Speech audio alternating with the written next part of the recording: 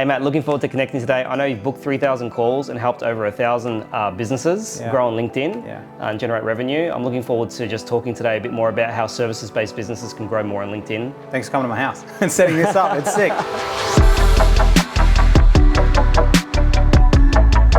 I'm excited to talk about this because it's something that I do all the time. You're obviously a service-based business here in Australia. That's right, yeah. Small business, you've been in business for about 7+ years, I think it was. That's right, yeah. Yeah, and so like, obviously what I do is I booked about 3,000 calls on LinkedIn organically, and I've helped over 1,000 small business owners. So I'm really excited today to talk to you about how we can help service-based B2B businesses book 5 to 10 appointments on LinkedIn every week organically, because I know we've chatted extensively about like just, in-person stuff and what people do in traditional business and then how things are evolving. But like, there's a lot of service-based businesses that, have what they've done before isn't working as well now.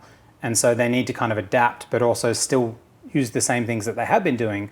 And so I'm excited to talk about how we can kind of like build some strategies and stuff together and then talk about this. Because I think pretty much like, especially in Australia or around most of like the first world countries, small businesses are service-based. Yeah. And people right now are kind of struggling, especially with this online thing. They're seeing YouTube and like Facebook and these like 15-year-old kids making $1 million a month. And they're just like, how is this even happening? So I think it'd be cool to break it down now, exactly why and what they're doing and stuff. And then how someone like yourself, who's had really great industry experience, like worked with amazing clients, got amazing results, how we can slowly shift to position yourself to compete against the 21-year-olds doing this dumb shit, but somehow making all this money. Because in my opinion, like anyone with experience who's an expert at something, when they position themselves online, they crush. So yeah, I'm excited to chat about it. That's awesome. Cool. And I think maybe I can add a bit of the story too, just for the context. And it is your business as well, yeah. Yeah. And it is a little bit counterintuitive. So I love how you talk about,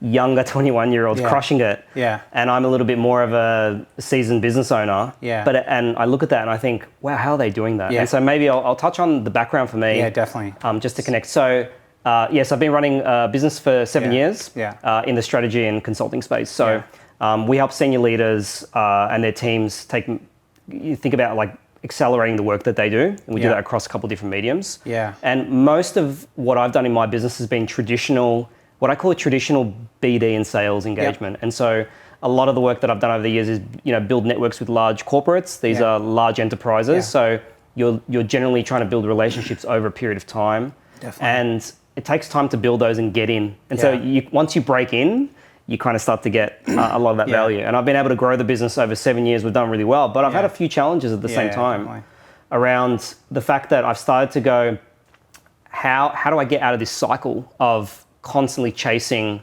I'm kind of either delivering the work or I'm chasing the work. And I've had this allure of looking at these more online businesses and I think to myself, I've got these really big clients and they're great. But when these big clients change or something happens around them, it really affects the businesses like ours. So I talk to colleagues of mine that say, I'd love to have clients like yours. They're consistent, they pay on time. And they're always around, but there's a double-edged sword to that. You kind of become dependent on some of these really big clients. Yeah, and if one's 20% of your business and then they leave, that's 20%. That could be like a massive part of your bottom line that comes out. Yeah, which is really hard. And you also sometimes you get a little bit too focused on servicing those in terms of what they need versus what you want to be doing. Yeah. So for me, I'm 7 years in, and I'm thinking really carefully about what's the next 7 years going to look like. And the first 7 years was just put your head down, grind it out, try and acquire clients, build relationships, do your BD. Yeah. And I'm looking at that now going, how do I do that differently? And I'm looking at what you're doing on LinkedIn. I'm part of the program with you. Yeah. And I'm looking at some of the other businesses and I'm saying, how do I start to shift the way that I find clients, build relationships with clients, build trust with new people on LinkedIn? That's maybe different to how I've done it in the past. Yeah, definitely. And it's not throwing it out, but it's just thinking about how I do that. Yeah. And I can fully because I've chatted to like thousands of small business owners. Like my dad was a small business owner, my uncle. Yeah. And so like I remember growing up, like understanding what's going on. I've worked with so many people, especially in consulting and stuff. If we break it down into like why this stuff works for these, say, younger people who go on social media, why it works is the only difference that they're doing compared to a traditional business is that they're just building trust at scale. that's the biggest difference that actually happens. So I think in-person networking is amazing and I love doing it. Yeah. And I used to go to an in-person networking event. I used to go to conferences. It's amazing because when you meet someone, you build a very deep connection. Yeah.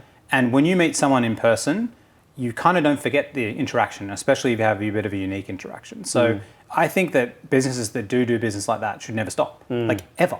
It's just what they should be doing is they should be taking their skills and expertise and they should be creating some type of an asset that builds trust at scale. So what I mean by trust at scale is, for example, LinkedIn. If you post a piece of content on LinkedIn, you could get, let's say, 1,000 or 5,000 views, right, of people actually looking at it. Instead of you going to a networking event and you building this much trust with one person, you build this much trust with lots of people. And what happens over time, especially as you post content consistently, is that if you post things that are actually valuable to other people and they actually help them get a result, it actually creates deep trust to you, even if you've never met them. The reason why it works so well for people who are experts and who've had businesses for a long period of time is you have insights that people can't look up on Google.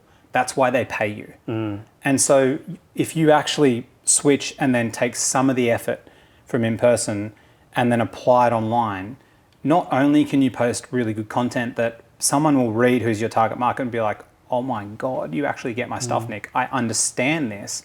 The other thing that you do is when you post on LinkedIn, every one of your current clients, your past clients, their second degrees sees it as well. And so it's a way of supplementing your trust at scale, but you never want to replace what you're doing. It's taking, say, you do 100% of your effort is in person.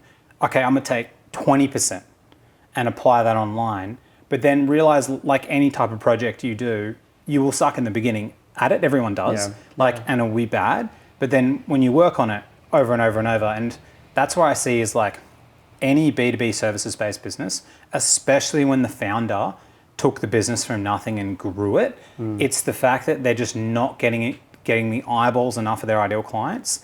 And most experts don't put enough stuff out because in small business, fundamentally, like you win just by marketing the most.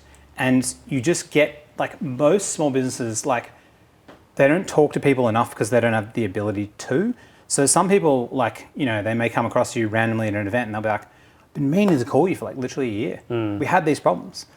But if they saw your content, they would have contacted you 9 months ago. So it's a way to like get your actual IP in front of so many people like earlier. So instead of you chasing them, and a lot of the time it's not you chasing them, they would have wanted to work with you. It's just that you reach out and they're like, oh fuck dude, I totally forgot, like life happened.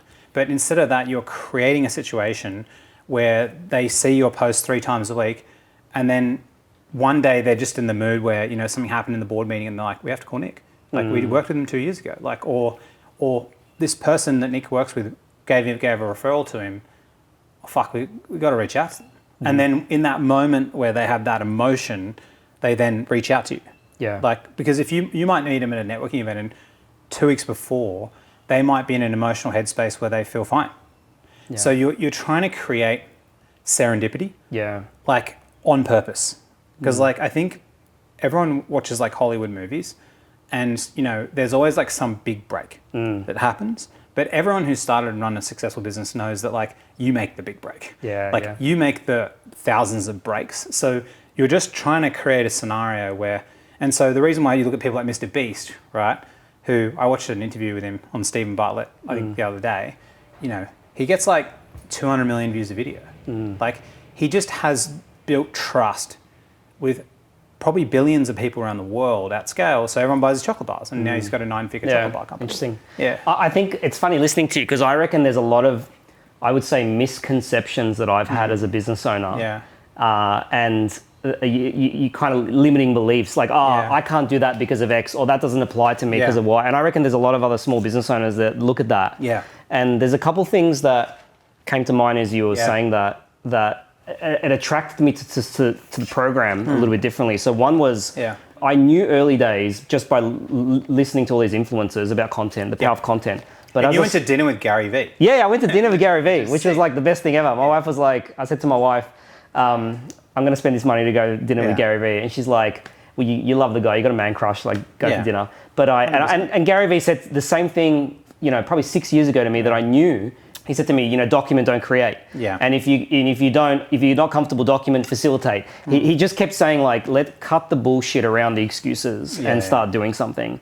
And I think the thing that the gap there, I'd say that really attracted me to the program with you was less about like linking content and sales. Yeah. And I think because I saw the power of content and I was trying to do a little bit. I had all this video bank and I was sitting there going, I've got some video stuff, I've got some content. How is that going to bridge the gap with sales? And I because I've come from BD in sales, like I was like, this is not just going to land me. Yeah, massive client. A massive client over time. Because it takes me meetings and I got to go. Yeah, and I knew intellectually, like I know the work that I do on the ground. Yeah. There's no way that I'm just going to post something and something magic happens. Not. And so that's probably why I think I never really put myself into content, because deep down I was like, well, how do I connect that to sales better? So the biggest lie that's told on LinkedIn to business owners. Yeah. So the problem with LinkedIn is the loudest voices get the most attention. And the loudest voices are copywriters and personal brand people who have zero experience in sales or in business. They've just been writing on LinkedIn for 2 years and they know how to write for virality. Yeah. And they just write saying, you make content and you get clients. It's a load of horse shit. You don't get clients from content. Yeah. Like that doesn't happen. The only thing that content does is it facilitates you to have more conversations.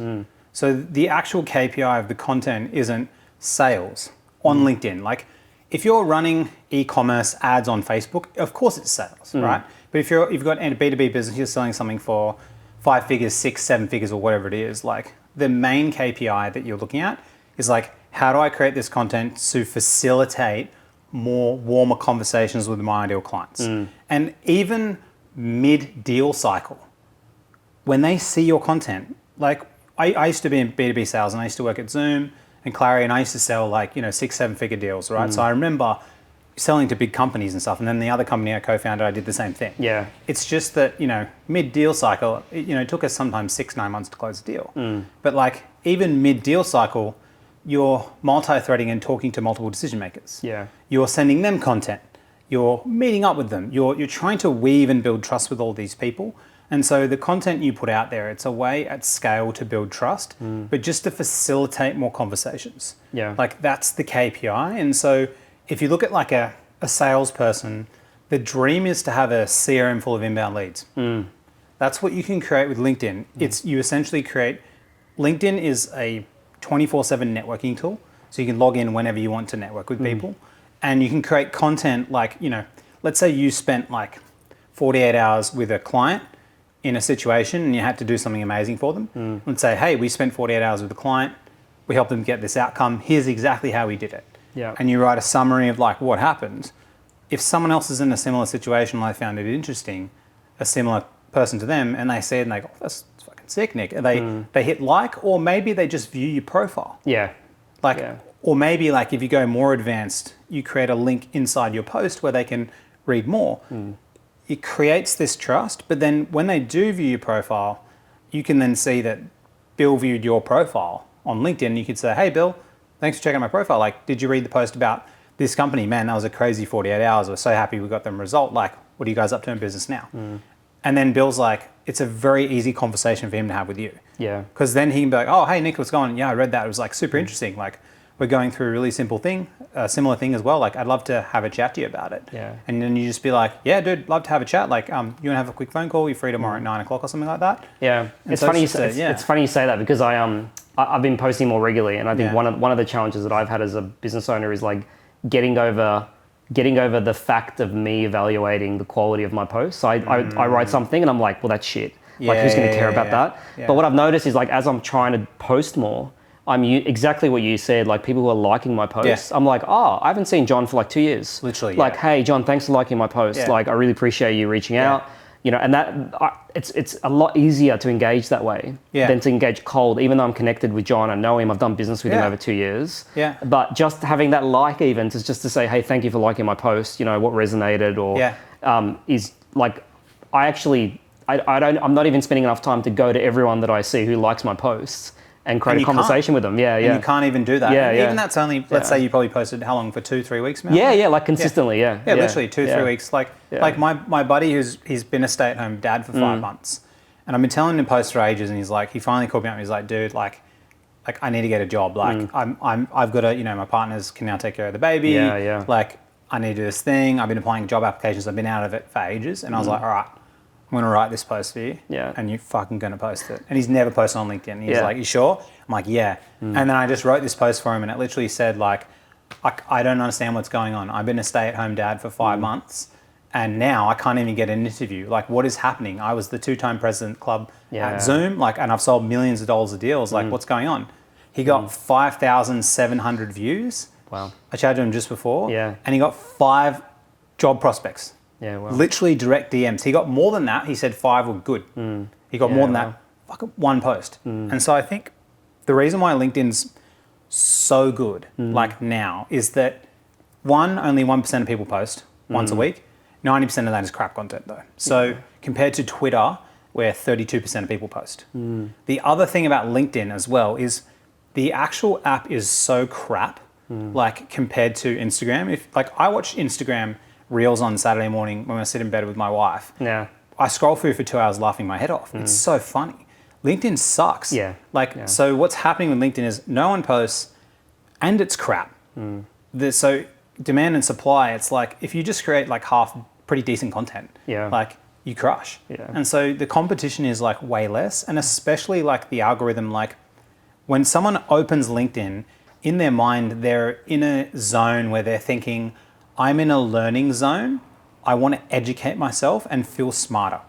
So they're opening the app, and some people do that with YouTube as well. But like when you open TikTok or Instagram, you're doing it for the funnies. You're not. You're in a different mindset. You're in a different frame, and so these CEOs like are opening this app. No one's posting. Like literally, the CEO of Zoom, Eric Yuan, DM'd me after I posted and gave me his email because he's like, I love that, and I didn't even get that many views on the post. So it's like, I'm just like befuddled why people don't post, but I kind of talking to you helps kind of better understand as well. Yeah, because there's all these misconceptions, and this is where I think I can't be the only one thinking of these. All right, dude. So this is where I'm like, does. These are my dumb misconceptions.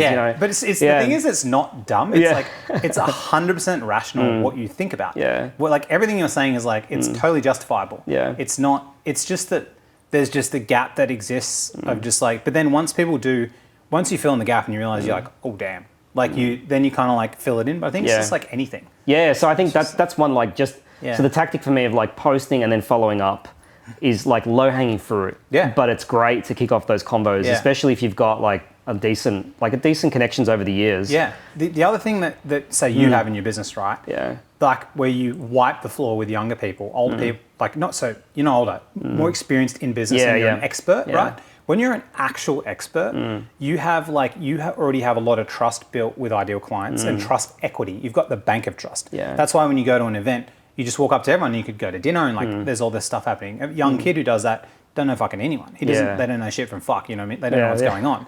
Like, but they just can post more. That's the difference between them. They've just got no shame. But like when you've been doing it for longer, like you've got risk associated with what you put out in the world because you've got opportunity cost of like, this could go bad. But like the difference is that because you got so much trust built that when you do start posting, you just get people talking to you. Like immediately. And then they see your content and they'll be like, oh yeah, Nick, like he helped this person, like he's got a really good reputation. Like, and so your reputation already precedes you. And so it's like you're actually like way further ahead. It's just that the gap that exists is like younger people have just zero shame. They'll post anything and they just do 10 times as much. So that's how, but then if you look at people like there's a guy, I'll remember his name, Adam something on LinkedIn. He built his business like $20 million a year, just LinkedIn organic. And he's like cottoned on. He's like, this is the shit. It's just like some, and then when it kind of clicks, it's just like crazy.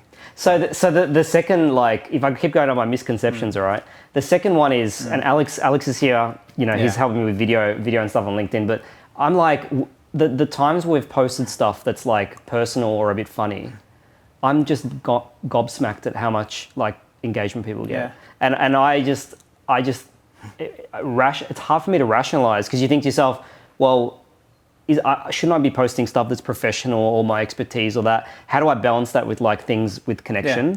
And I'm maybe, again, because when I go into Instagram, I don't think that way. But when I go into LinkedIn, I think you've got to be professional. Yeah. And I think a lot of people maybe fall into that trap where they're like, well, I've got to be me as a business or me as a person. Yeah. But I'm seeing a lot of the things that seem to connect are also personal things. Yeah. And I'm like, it's hard for me to get my head around because I'm like, well, why does anyone care about the personal stuff? It's a business network. How do I start to balance that? I think an easy way to think about this is just when you meet someone at an in-person networking event, the first thing you do is you shoot the shit with them. Yeah.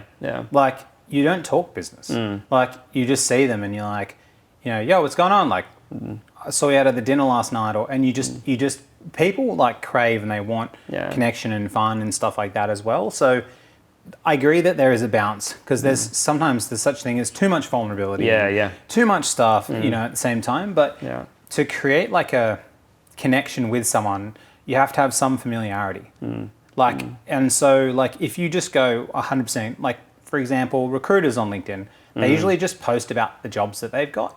And they don't post anything else. Although like one of my very first clients, Adrian, he's a recruiter, was one of the only recruiters posting, and then he got like a blue LinkedIn tick badge, and he got that, and he just got so many inbound leads because he just wasn't doing that. But you're trying to connect on a deeper level. So like you want to share things like, if you're a dad, you share stuff that dads resonate with. And then if one of your ideal clients is a dad, and then they read that, then they're like, oh yeah, I totally get that. Like, so you're trying to create like, because people they don't do business with people they don't like unless they're forced to, right?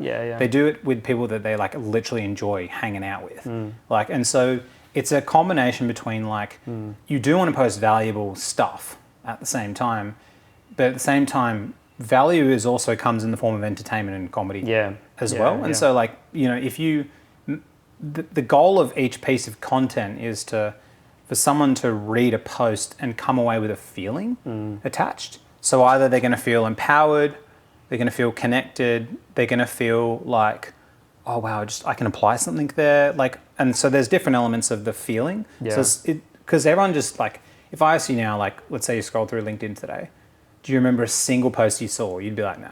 Probably not. No. Yeah. No one remembers fucking anything. All they remember is the way that it made them feel. And so, and it's the same as in-person events or that kind of stuff. And so all you're trying to do is like create a feeling in somebody. And then that feeling gets instilled in their long-term memory as trust.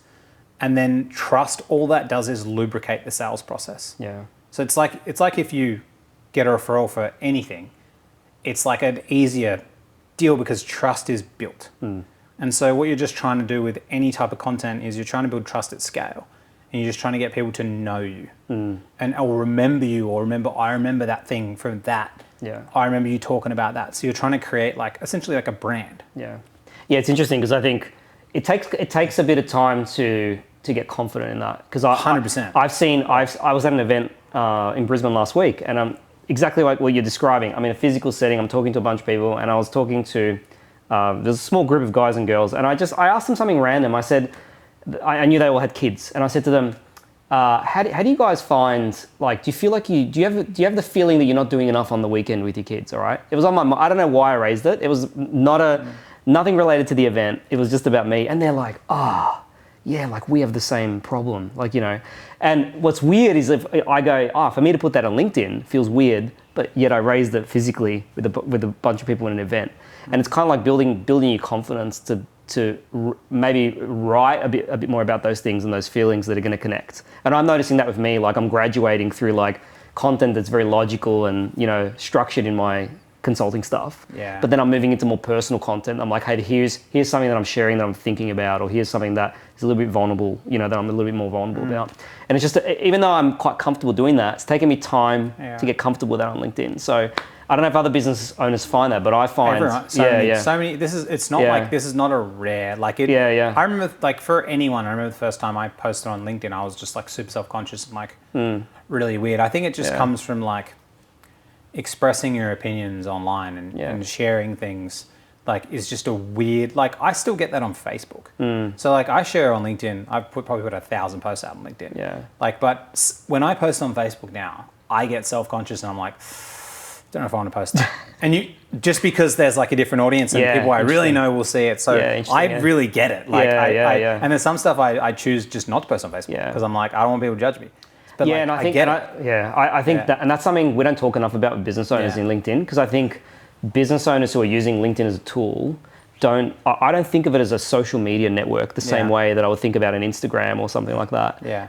And I'm learning now to find my flavor of like, how do I leverage LinkedIn as a business tool, but also as a social media network. It's different. The dynamics are different, like you said. But it's something that I'm learning about. It's not, it hasn't come in intuitively to me. So I don't think it comes intuitively to anyone. I think the best way to think about LinkedIn is like, imagine that you're an in-person networking event. And it's on 24 hours a day, 7 days a week. All your ideal clients are there all the time. They pop in and out. You can speak to anyone you want, and you can have all different booths there. And I would say a booth is kind of like your profile. Yeah. And then you can have people walking around with big signs, and that's your content.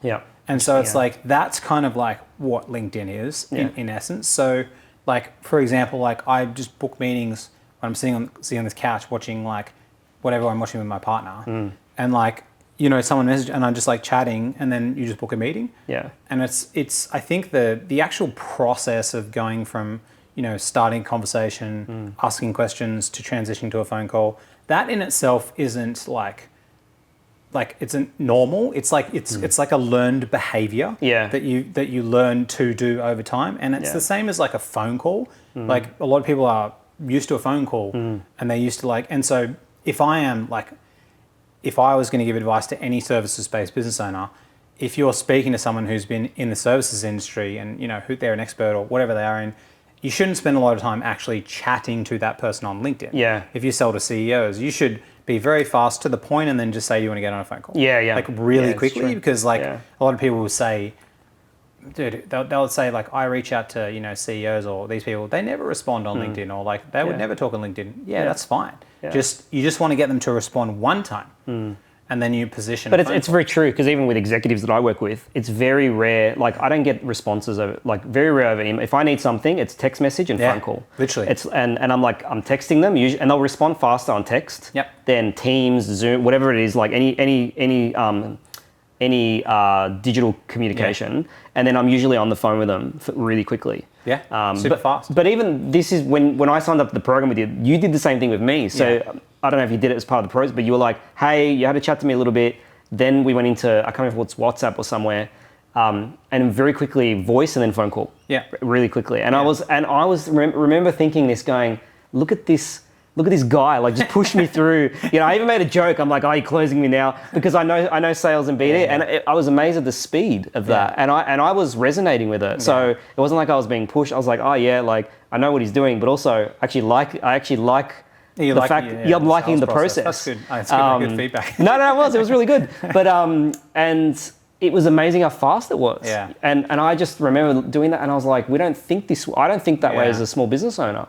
Like it's slow, and I just go, imagine how many of those you can be doing, you know, with the right people in parallel, compared to like going for a coffee and doing the traditional way of things, which I've been taught to do. Like even now, like since we've chatted, like you know, I don't even take phone calls, or meetings or anything. Like I had some like big Instagram person reach out to me, being like, "Oh, like VA wants to book a call with you." I'm like, "No, sorry." Like I'm just like, I just don't, because like I just think things can be done faster.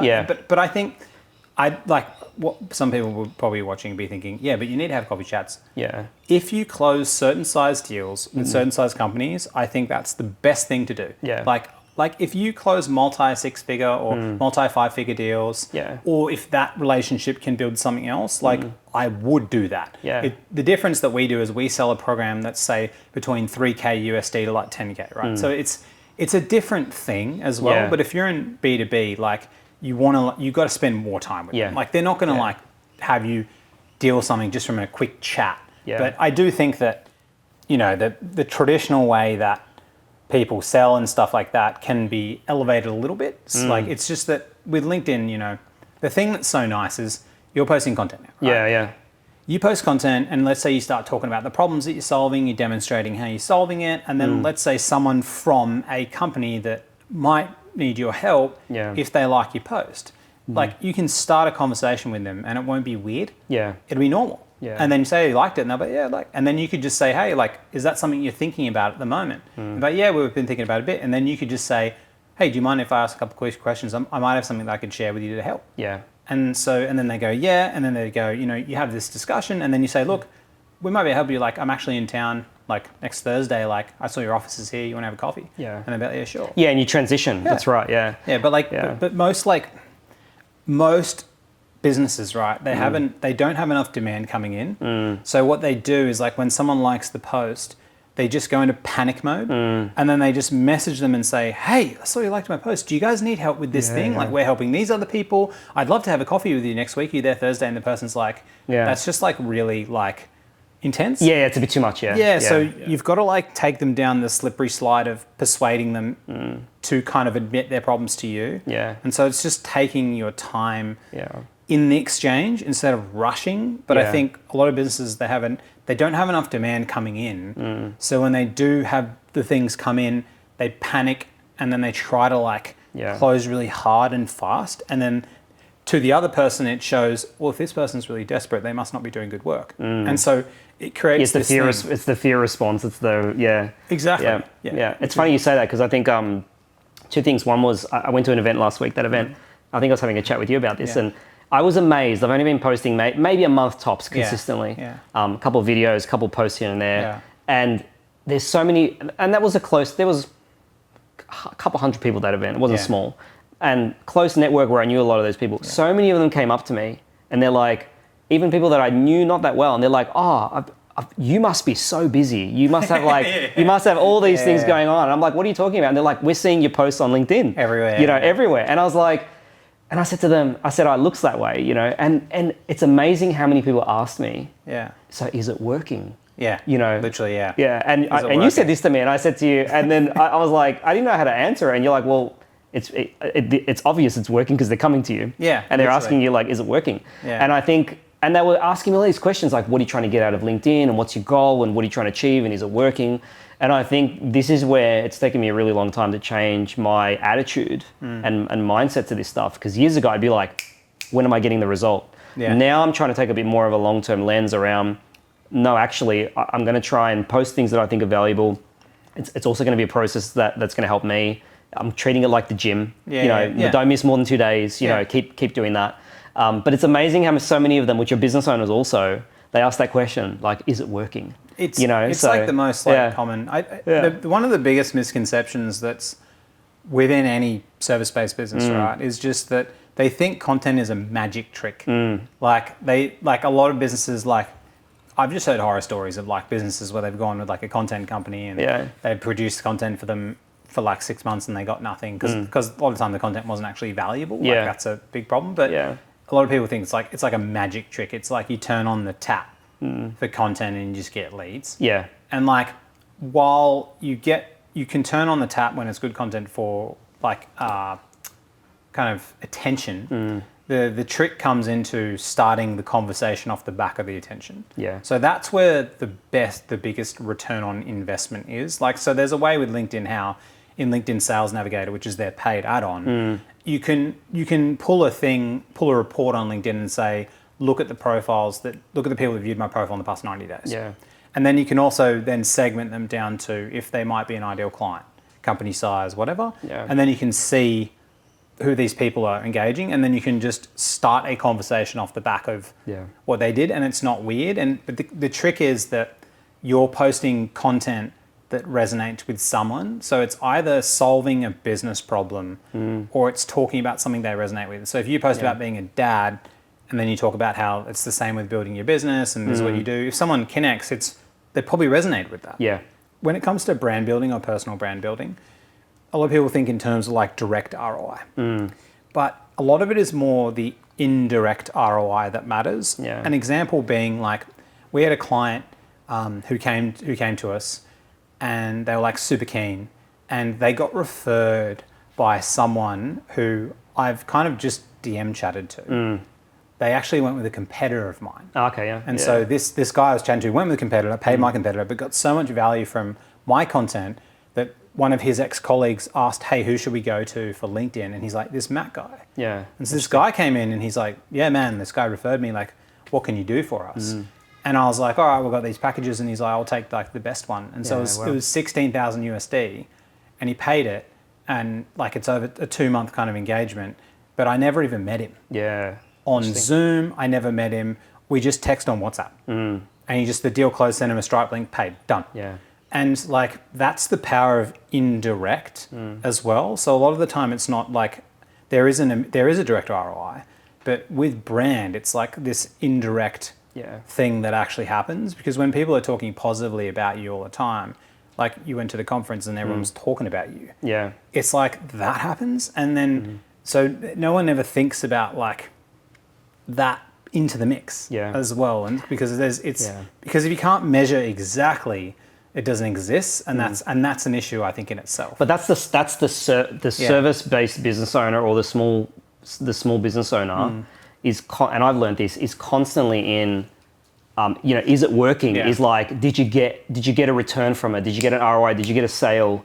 And I've learned, like, I'm starting to now change my mind on this, because I would be the same. Yeah. And it's the wrong question, which is like, and I said to them, well, that's not why I'm doing it. Yeah. In the short term. And they're like, well, that's a lot of effort to put in. Yeah. And I said, yeah, but I'm starting to change my mind on this, because I'm not doing LinkedIn for direct sales today. Yeah. I'm doing LinkedIn now, the way that I'm thinking about it, to build awareness of who I am, but also be clear on who I am, what I stand for, what I want to put out there in terms of content and value. Yeah. And that's going to take time. And I could see half of them were like, seems like a lot of work, and I was like, but there's a reason why I'm doing that, because I have a challenge where my deal flow and my leads go like this. Yeah. And so when it's great, it's crazy and it's busy and we're trying to hire people. And then when the market turns, like any business, you're like, shit, it's really bad. And so they're saying to me, oh, but just do the short-term stuff, which is how I used to think. And I'm like, well, that's been great, but it's been 7 years into my business and I still have these waves that are like this. And I'm getting tired of having these waves that are like feast or famine, as they would say in consulting, right? Yeah. And I'm just trying to change my mind on that. And I can see like a lot of small businesses struggle with that. I struggled with that for years. Yeah. And so, it's just like, how do you change your mind on that? The way I like to look at it is like, when I started my business, right, I thought, okay, this is in December or November 2022. All right, first I've got to build like the product. Like, I've got to build the product, I've got to get my CRM, I've got to get everything set up, website, done. Okay, cool. Now I got my product. Now what I got to do is I got to get some sales. So I now just reach out to people I know, see if they come in. I'll accept people who maybe aren't the best, whatever, bring them in. Okay, got some sales. All right, probably should try and get some more leads now. Okay, cool, but I'm stuck in delivery and I'm doing this lot of stuff. And then after that is like social media. Oh, fucking, that's like so far out, like whatever. And so I did that for like 8 months and lost heaps of money. I lost like 180 grand. I was like, just because I just stupid, I bought all this stuff. Yeah. And then I kind of cottoned on to the fact that it's the opposite way around. So what you want to do is that you want to create demand for your services in surplus of what you can serve. Yeah. Yeah. And so what happens, what you want to do is you want to create attention by having a product and identity, posting content and reaching out to people. The next goal is then to have an oversupply of leads, as many leads as you possibly can, because then when it comes to your sales process, when you have like 10 leads coming in and you can only take 5, you don't need sales skills. All I do is, Nick, I'm just going to be honest with you. We've got 10 people coming to us. I can only work with 5. Yeah. And so we're only going to, this is how much we're charging now. We've got to put our prices up. I'm so sorry. Like, if you guys want to work with us, I'm totally sweet. If not, we can wait till next month. You guys let me know. Yeah. That's the most powerful thing you can say in a negotiation. Yeah. Like, because you're like, I literally can't take you. And you may knock some people away, but like, they're not going to be annoyed at you because you just be honest with them. Yeah. And then after you get these sales in, which you have a high margin because you didn't just try to go with anyone and try to, then you get to hire more better people. Yeah, yeah. To make a better experience for people. And then what happens is then they tell more people. And then because you have a surplus of cash, you're happy. Your staff are happy. Yeah. They treat your clients well. And then what it does is then it's a repeat. And so for me, I've got like 3 non-negotiables in my whole day that I just kind of like live by. 1 is I exercise. 2 is I walk my dog. 3 is I market. That's literally what I do every day. Yeah. And I see marketing is like an ethical thing. I want to create so much demand that I can then create a product that I'm really happy with. and that I don't have to like all of a sudden like make concessions for people that stretch me thin, meaning I can't give the best product back to someone. Yeah. And so by creating this excess demand into your business, what happens is that you then like, when I look at it like, do you remember at university, they talked about Maslow's hierarchy of needs? So like there's like 5 tiers in the triangle. Yeah. There's like just straight up like food and water. If you don't have water and food, you can't fucking think about anything else. It's kind of like, I'm not a parent, but you've been a parent. Yeah. When you're such lack of sleep, it's like, that's all you can probably think about. Next up is security. Yeah, if your kids are hungry, they go bananas. Yeah, exactly. So like kids are hungry, bananas. But then the next stage after that is like regular security. So if you live in a neighborhood that's like dangerous, it takes up your brain space, but it's also financial security. And then past that is like, you know, social and then personal and whatever. But like what I kind of mean by that is like, if you're worried about finances, it takes up a certain capacity in your brain. So like, let's say we've got like 100 meg of RAM in our brain, right? Like that we can process things. Let's say because we're stressed about finances, 30 meg is gone.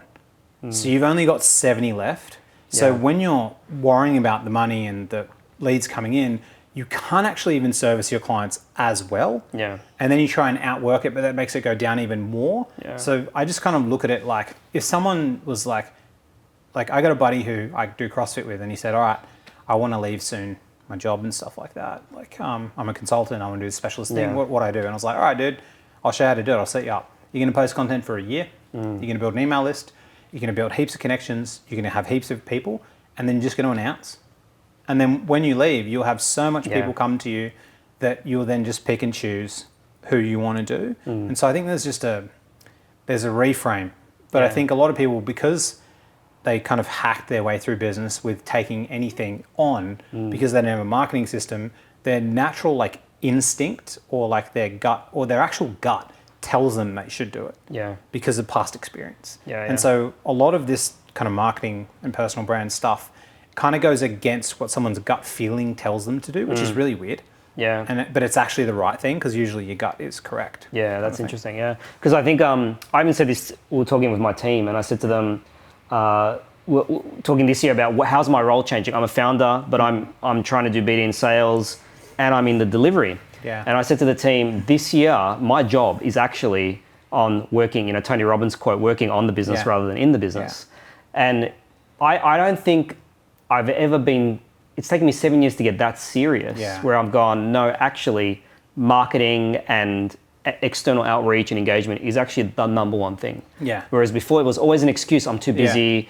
There's people, we were subscribed, like we had people waiting at the door as customers, but we didn't have a consistent lead gen machine or a machine that can, so what happens is, and so what happens is we have that constant up and down, and I realized, even though it's been great, you really don't want to be at the mercy of that when it does that. And so thinking about fixing that issue rather than fixing because I focused my attention over the years on the delivery side.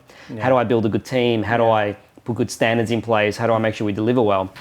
But I was lucky where I had referrals waiting at the door. Yeah. But that was just referral. Yeah. And so there was no mechanism to generate that. It was kind of like I was really dependent on that. I was lucky. And so I do feel lucky. I feel like, okay, I've got referrals there. Now, as the market changes and things change around me, I've gone, actually, no, I need to be working on that side. Like I need to systematize that side better. And it's actually about me committing to the marketing side. And as a business owner, I was saying this, like business owner saying, no, actually the 5 to 10 hours a week should be dedicated to that, non-negotiable. You're saying, never had that mentality. That mentality has always been like, I've got other shit to do. That's more important. I think as well, another misconception, because you said something there that I think is another misconception where like you can't grow your business with referrals. I think you can. It's just that usually referrals happen from serendipity, from luck. Yeah, correct. But I believe the more you market, the more luck you create. And so there's a lot of businesses where you only get in, especially if it's a complex enterprise thing, right? Like you only get into the thing through a partner referral. Like a lot of the time that happens, but but then, so I had a chat to someone, actually a guy in our program, John, the other day asked me this, and he's like, dude, I asked him, I was like, okay, have you ever got a direct customer out of LinkedIn? He's like, nah. He's like, but I got a lot of partner conversations and they brought me deals. And then I was like, okay, all your number one goal is now is you're going to meet with 5 times as many partners. Yeah. And then you're just going to get referrals. So I do think referrals are amazing and you can get them. It's just there needs to be like, no matter what, in my opinion, is you always want more demand than you can supply, just like 24/7. So it's like the goal is more demand than supply, like if that's the goal. And so for us as a business right now, like me and Steve, my co-founder, we don't want to raise money. So we're just doing it all ourselves. And he's previously raised money, but didn't like the experience, and he was a CEO before and he's like, we should just do this ourselves with AI and stuff. It's making it easier. But like currently right now, you want to be in the position, in my opinion, that we've got so much work that I have to push it away. Yeah. And it's kind of a liberating feeling. It also kind of feels a bit shit because you're like, I lost money. Yeah. But at the same time, it's like, I was chatting to you about this before, like I have a special like one-to-one thing where I work with clients. It's more expensive and premium. I've kind of capped out. Like I actually can't take any more. So you want to be in that position because then what happens is when that happens, you then innovate internally to cope with the demand and you actually, it forces you to make a better product. Yeah. Because you have to, because otherwise you have to reject people.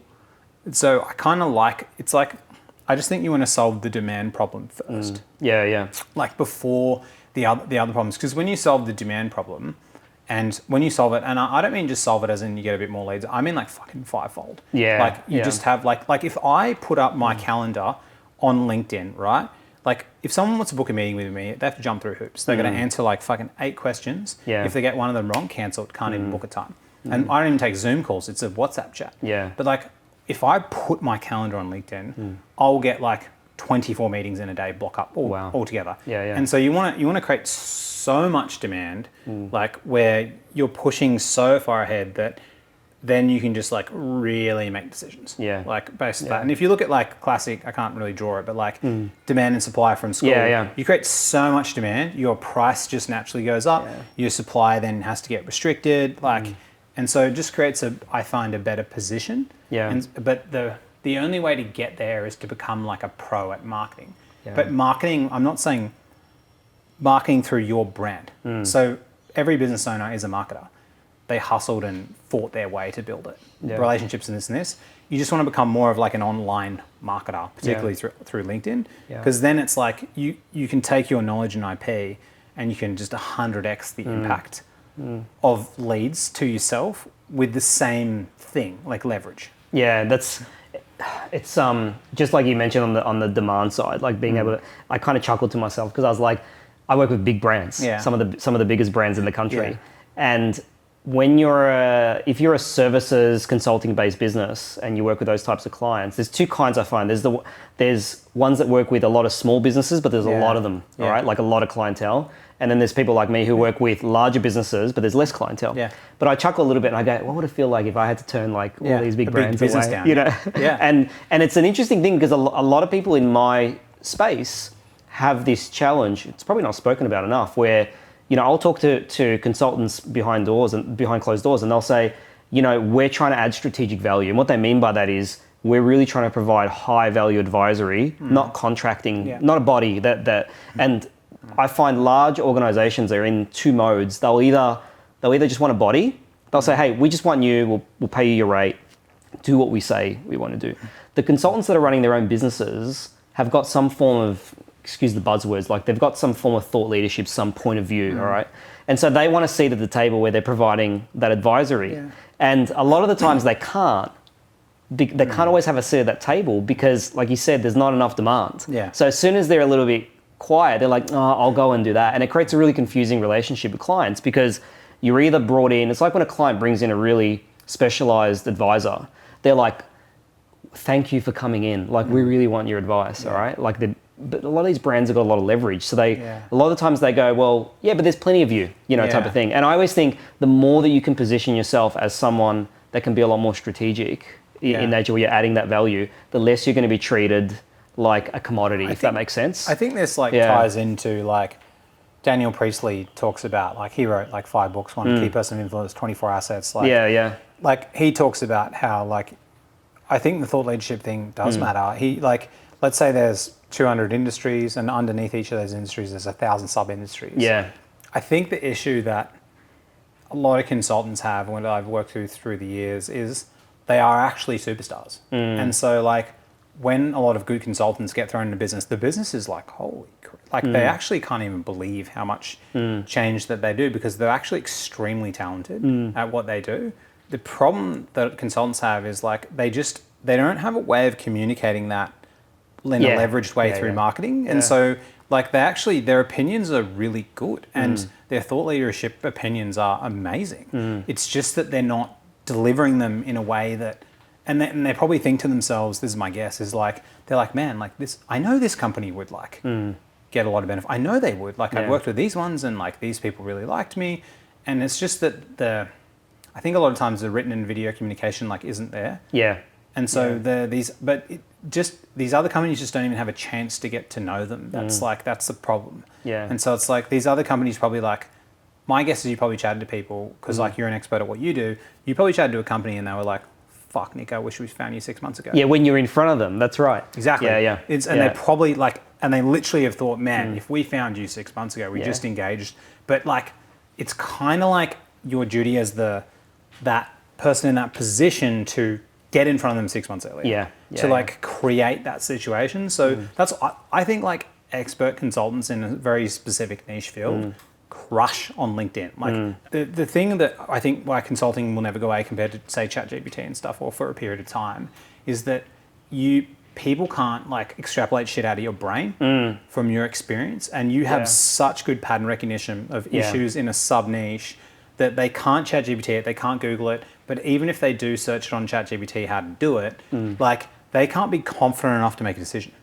And so like what's happening on LinkedIn right now is the best content now is becoming niche thought leadership content. It's like micro niche thought leadership content, because algorithms are very good at serving your very specific things to the right people. So one of the clients in 7-Figure Creators, she was in 6th, then graduated to 7. Loma, she works with only NDIS providers in Australia. The most super niche. You wouldn't think any of them are on LinkedIn, right? She did a lead magnet post, I think it was late last year. She got 1,300 comments of people. So she said, hey, here's these hospital discharge planners. Super random, right? And then they're like, and then 1,300 people put their hand up, said, I want it. She got 1,300 leads in the most niche of niches. But like, that's actually a really cool thing about LinkedIn, where it's like, if you have these kind of semi-contrarian views in your niche, it's like, if you can communicate them, it's why a lot of consultants say you write a book. Writing a book is like a thing, but it's like a massive task. It's huge. It's huge. I don't think you should write a book first. I think you should just dedicate 1 year to writing a line, and then you can take like all of your content and posts and like put into a book. I think there's two challenges there. I think with consultants. So one is like, and I'm thinking this way now, but I wasn't. Even though I'm an engineer, originally an engineer, software engineer, is consultants don't think in terms of like what I call productizing their service or their knowledge. And I think again, it's because they're constantly looking for work. All right, it's like they do one thing, and it's a really counterintuitive thing to say, like you described the NDIS provider. It's like, no, that person's probably taken something that they've seen a pattern on, and they've been able to create something. She's super smart. And so, but she's had either the discipline or the confidence to take the time out a little bit or chip away at it, and I think that's a tactic around. Okay, I'm going to go and capture this so that I can put it back in because I think it's valuable, and I can test it with the audience. All right, and so.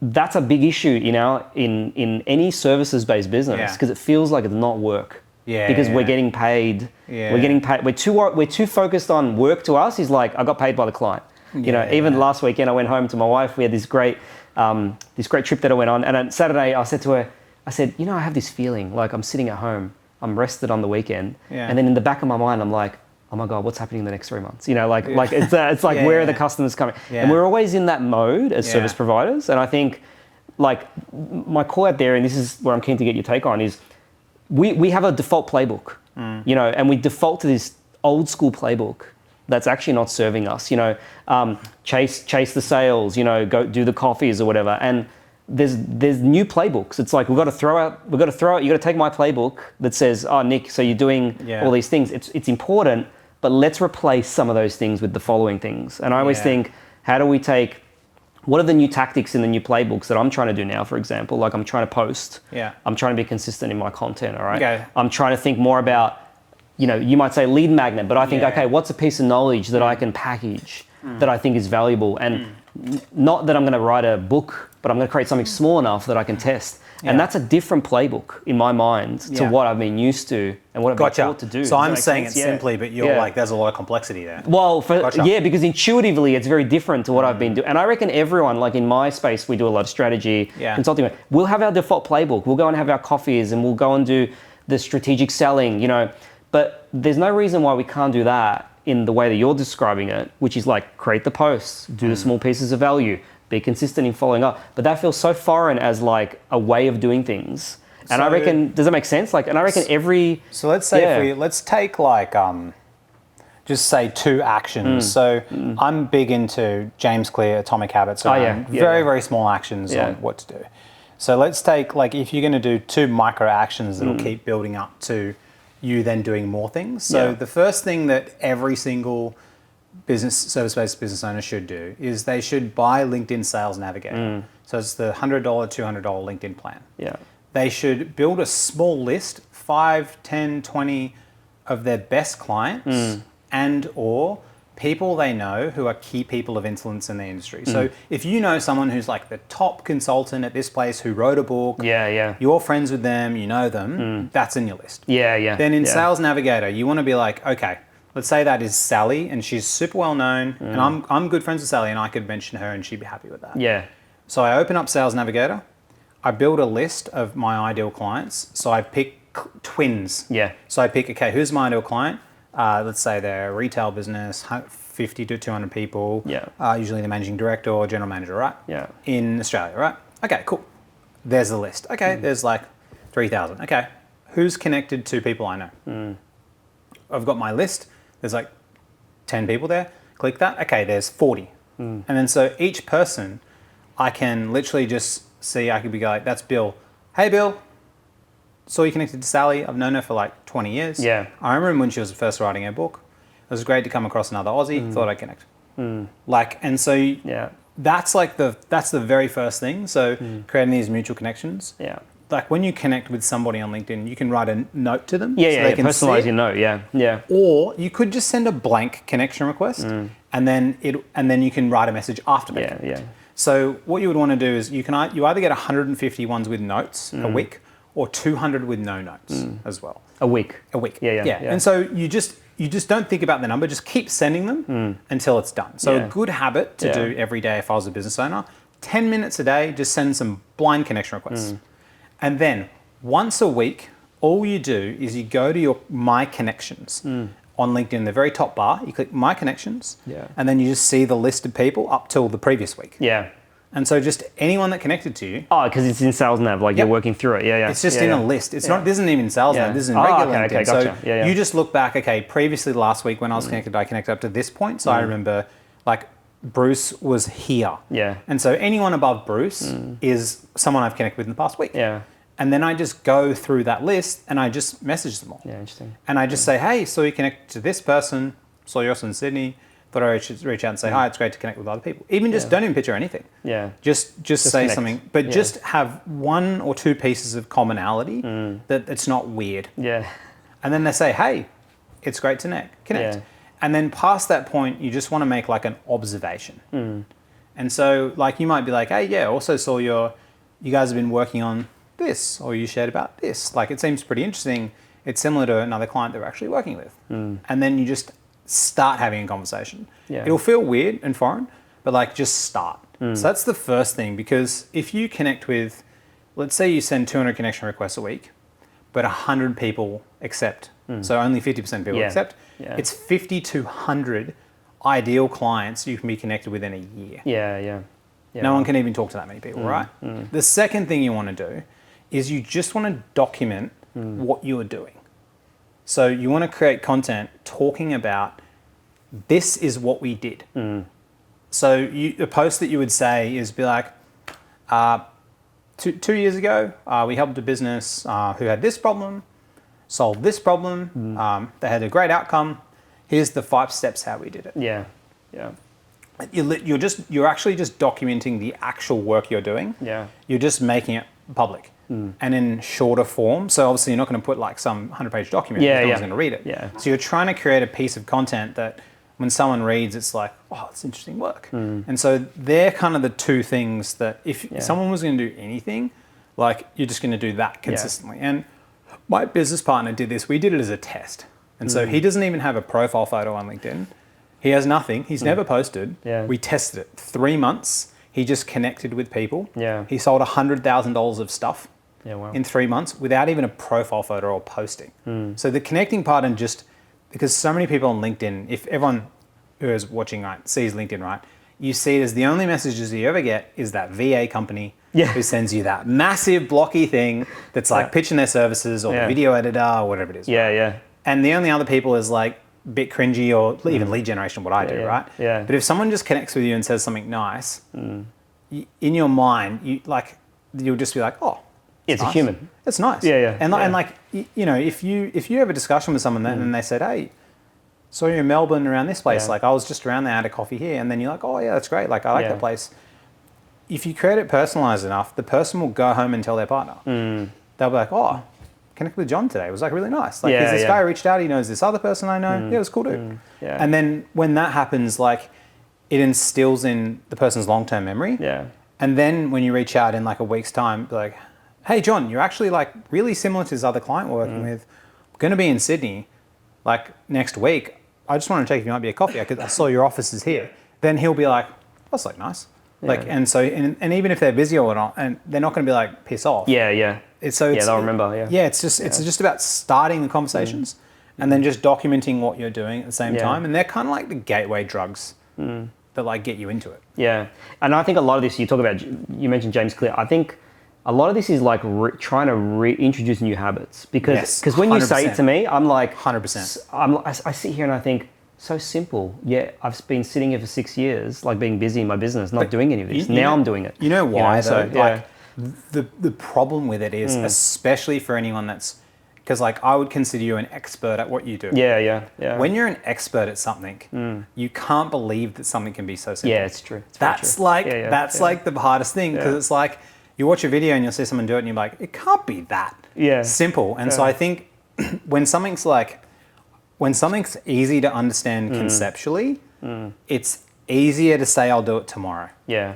It's easier to because you'd be like, oh, I can just kind of like I get it, but it's not through the conceptual understanding. Like sales and marketing is conceptually very easy to understand. Yeah. But like if you try to explain physics or calculus and stuff, unless you've got a baseline, you can't understand really it. But like it's kind of like there's like this level where it's like it's so simple that like it can't be. It's kind of like when someone's like, how do you like eat well? We just eat 5 vegetables and this and this. It can't be that simple. It's just like it really is. Like, and of course it kind of feels like I think about it all the time because I do this, like I teach it and then I want to do more advanced fun stuff all the time and I always keep going back to the simple. Yeah. It's like it just has that feeling associated with like it can't be, like it must be something smarter or harder to do. And so it kind of goes against that feeling. Yeah. And this is maybe a random thing to say, but I think a lot of this for me has been, we do a lot of work with clients, like we do a lot of goal setting work, all right?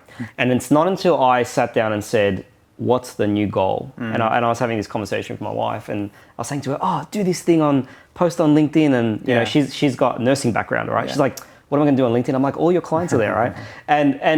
But it's so easy for me to say to her because it's not my thing. It's not, but as soon as it's for me, it's really difficult to break the habit. And I think what I've tried to do now is set a goal. Like the goal, like you described, and I'm not even doing the 100. You're talking to me now, and I'm like, how do I do 100 a week? But that's fine. Like you don't need to do 100. Like, but it's setting something small and saying I'm going to work towards that, or else the old habits that I have take over. And every business owner's got their comfort zone. Like I'm going to go there and do the thing that I'm used to doing, and it can't be that easy. Like it can't. It seems too easy. Sorry, like it just seems too obvious that it's like that. Yeah, you know, that's the kind of mentality. I think another thing that's not addressed enough, and because I talk about, so have you done much disc profiling? Yeah, similar. I've done different personality profiles. So there's personality profile tests. So there's Myers-Briggs, which is 16personalities.com. 850 million people have done that. Yeah. It's the best lead magnet of all time. Yeah. Like the best data thing. So 16 personalities, Myers-Briggs, you've got disc, you've got Big Five, and there's other ones, right? Yeah. And so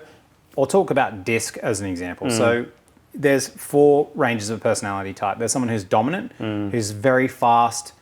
They just look at big picture, they take action quickly, and they don't care about the details. Yeah. There's I, which is influence. So somebody who's just a very big people person.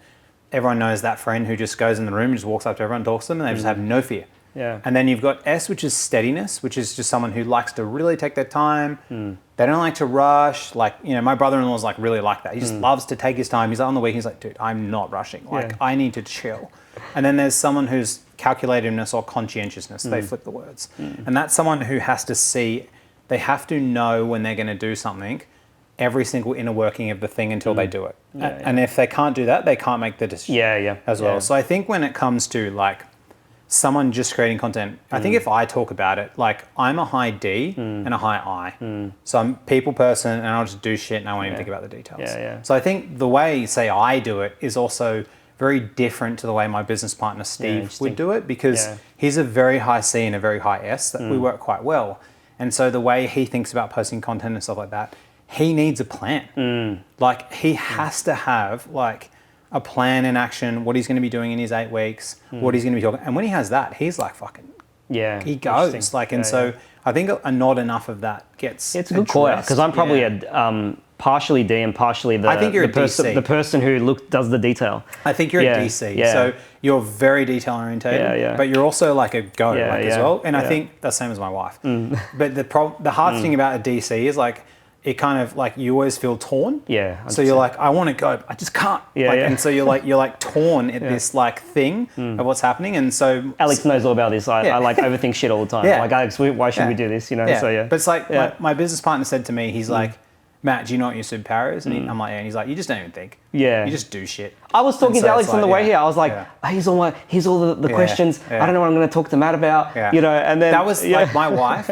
went to do like an event thing where she had to get interviewed and stuff like that, and she was talking about the plan the whole time. I'm like, why are you talking about the plan? Like, what is that even? That's what we need to make us feel safe. But but I think in addressing that, like I think a lot of people would listen to, say, me speak or someone else, and they'd be like, this guy's fucking crazy. Like, I'm never doing that. Like, is he insane? So I think the way that people do something is, so the way that you get into the habit of doing it is different. But for me, like, you're right, like setting that goal, putting a plan in place, like helps. That works for me. You know, someone else who's maybe a little bit different has to figure out what works for them. You know, if you're using the profile as an example, to go, what works for me so I can continue with that. And so there's no like exact recipe of like, I think there's like the KPIs and the outputs that need to happen. So the content needs to go out, the conversations need to happen, but like you might be someone who, like, after you connect with someone, you don't want to talk to them for a month.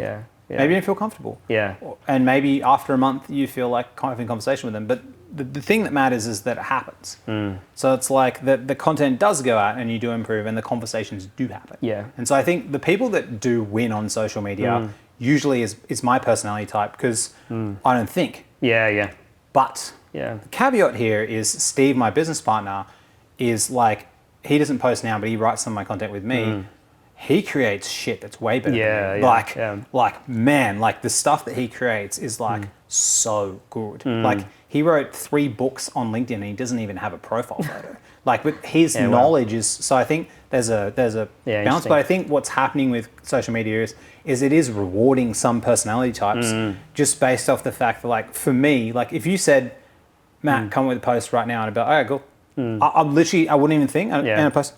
But if I said that to you, you'd be like, well, I got to think about what I'm going to do this. And so, but I think it's just taking what the way that you function is and not trying to like change, trying to adapt to what you do. And this is where writing, I think, like, probably 2 things I'll touch on. I think writing is such a key skill. Like, I hired a copywriter many years ago to teach me how to write. Smart, and she fired me, I think, or partially fired me, because she said to me, "You're too emotional about like, you think your stakeholders or your customers or the audience is going to spend the same time reading what you think about." Definitely not. And she drilled it into me, which was great. The first 2 years, she said, no one's going to get to that level of detail, Nick, that you're going to get to. They don't care. Just post it. It's much more important. And I learned that through the first 2 years. Then the second round I learned is there's a lot of things that I this is pre-GPT stuff, ChatGPT.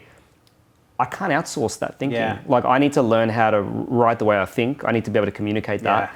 And now I was talking to my wife last week and I said, every business owner should have writing, like whether it's content or writing, as like the top skill to master.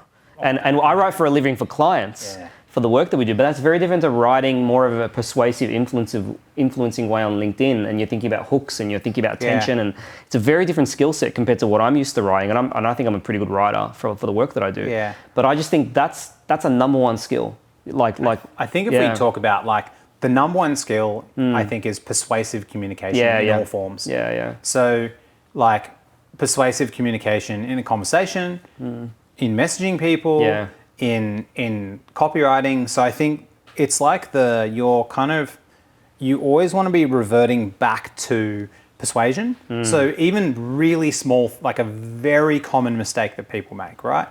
Someone reaches out to them and says, hey, what you do looks good. Like it sounds interesting. And then they say, hey, let's jump on a call. Here's my calendar link. Are you free tomorrow? It's like that is the worst thing you can do in persuasion. The best thing you can do is to say to the person, oh, that's interesting. What are you thinking about? And it's you're micro persuading that person to respond. Because the goal of a first DM is just to get someone to respond. So people just get too excited. And then, the person might have read your profile or seen your post. And in that emotion they felt at the time, oh, I've got to reach out. But then they get your thing and then 24 hours later or 12 hours later, they're not in that same emotional state. And so they're like, and so like, and if you send them a calendar link asking them to meet, it's like, how when your accountant sends you an email and you just don't open it because it's so big and long and then you're like, fuck me, I've got to read this thing. Like, it's same as a lawyer, right? Same thing. Like, so you want to like send something that's like, oh, what do you, to make it easy for them to take the next step. So what my accountant should do when he wants me to answer is he should text me, hey Matt, what's going on? And I'll say, Paul, what's up? And he'd be like, oh man, just hanging out, got some time away for the kids, went for a surf. How's your weekend? I'll be like, oh yeah, weekend was good, it was great. And then he'd be like, yeah, cool, I just sent you an email, can you get back to me in half an hour? And I'd be like, oh, I fucking have to. So you need to like, so persuasion in all forms of communication, like written and writing is just like, and I think the writing helps distill everything else. It's like a crystallization of your thoughts and ideas. But it's like, I think that just not enough that gets thought about. And I think it's because maybe it borderlines some manipulation. So people kind of feel a bit weird about it. But the way I think about it is you're trying to make it easier for the other person to do something. And so like you're trying to like make it like Uber Eats makes it, I could still call the pizza shop. It's so easy to call the pizza shop. I just hit Google Giovanni's Pizza. It's my favorite pizza place. I know what I'm going to order. I click the phone call button and I call them. But it's just easier to order it. So you're trying to just make the experience of the other individual. And reduce the friction. No friction. And I think there's just too much like friction happening with people in general. That's interesting. When I get stressed, right? When I get stressed and I'm like about revenue or business or whatever, what I've done is I change my default to market. So when I actually get stressed, and it happens, everyone gets stressed, I'm like, I'm going to write the best fucking content and to get the most views ever. That's what I do. So like I go into BD mode when I stress, and I think a lot of people don't do that. But I think the reason they don't do that is because they haven't built the skills to do it, and so they don't feel confident, but they know with confidence if they do this other thing, it will work. So I think a lot of it comes from getting comfortable doing it. It's kind of like, when you go to the gym, like when you do your routine and stuff like that, and like let's say you do legs and you use all these machines, but then all of a sudden your machine's not working, and you're like, you freak out but there's like a similar machine that's like really similar. That's you right. want to use it, but like it just has decision making fatigue in your brain, and so I think. But when you like, let's say you're writing content online now, when you start doing things, when you kind of like do it a lot and then you're like, I'm comfortable. And so it reduces the decision making fatigue in doing it. That makes sense. And so a lot of it comes around that. Like, when I say do lead magnet, in your mind, it was probably like, there's these like 20 steps that I have to do that I don't know how to do. And so it's going to take me like this long to do it. And I just thought about, when we talk about the lead magnet stuff, I thought more about first I was like, this is my mind, where am I going to get the time to do that? Then the second thing I was like is, what type of lead magnet do I need to make? And I go into that mode, right? So your personality type, right? You think about like the how thing. Yeah. But like what you really want to be thinking is like, okay, before any of this, I'm not going to make anything. Like I'll ask you this. What's some of the most valuable things that you've helped clients with? Like, let's say you had a system or a template or just something. Like most of the valuable stuff has been like working with like, call it like management teams or executive teams. And so, 5 to 8 people and their senior leader has said to me, like, these guys have been stuck for months. Like they can't agree. And I've come in and ran a bunch of workshops or whatever, and I've got them unstuck in like 2 weeks. And they've been stuck for like 6 months, 3 to 6 months they've been stuck. And the senior leader would say to me, it's so frustrating because that's actually what they're paid to do, and so they're frustrated because they're like, well, I love that you've helped them, but at the same time, that's actually what they need to do. And it's kind of, but a lot of the stuff that I do is around that. It's like, how do we help people?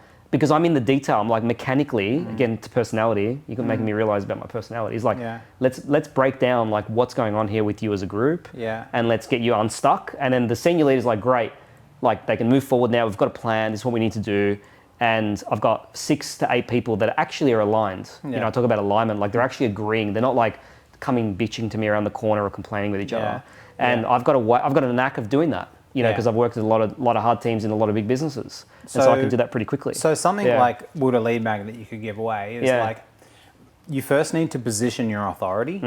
So you need to be like, I worked with X brands. I worked with 50 brands, including this, and this as management teams to get them aligned. This is the 1-page, sheet that I use to get them aligned so they can make strategic decisions on blah, blah, blah. I'm giving it away for free. So you essentially take like a part of your, like what you deliver is like this. And then you take a slice. A slither. A slither of something but you kind of, the way you need to lead it in the copy is like, people will think that if they have that, it's the whole solution. But then when they do get it, they realize that they need to pay you. Because there's no way. Or they're not prepared to do it themselves or vice versa. So when I give away DM scripts, no one uses it. Like they just get excited. But for me, it's a signal that they're thinking about that thing. But if they do use it and they get results, they automatically attribute it to me. And so you want to create like the easiest lead magnet to create is like something that you already have, especially if you're in business for a long time. It's like, what have I got? So for me, it's like I just have assets built, and it's like it can be as simple as just a Google sheet. Like such a simple like Google sheet. And I don't know if we undervalue that. I don't know if it's me. It is undervalued. You undervalue. I undervalue it. Simple. Correct. For me, a DM script is like, I'll literally write one right now. It's easiest thing. But for you, it's like, man, that would take away like 2 weeks of me thinking about it. So 100%. When you're, I think when you're an expert in what you do, it's usually the stuff that is simple that's the most valuable. That's like the stuff that you like. Is like we do this all the time. But like if you did that and gave it to a company, that like it'd be worth 100 grand.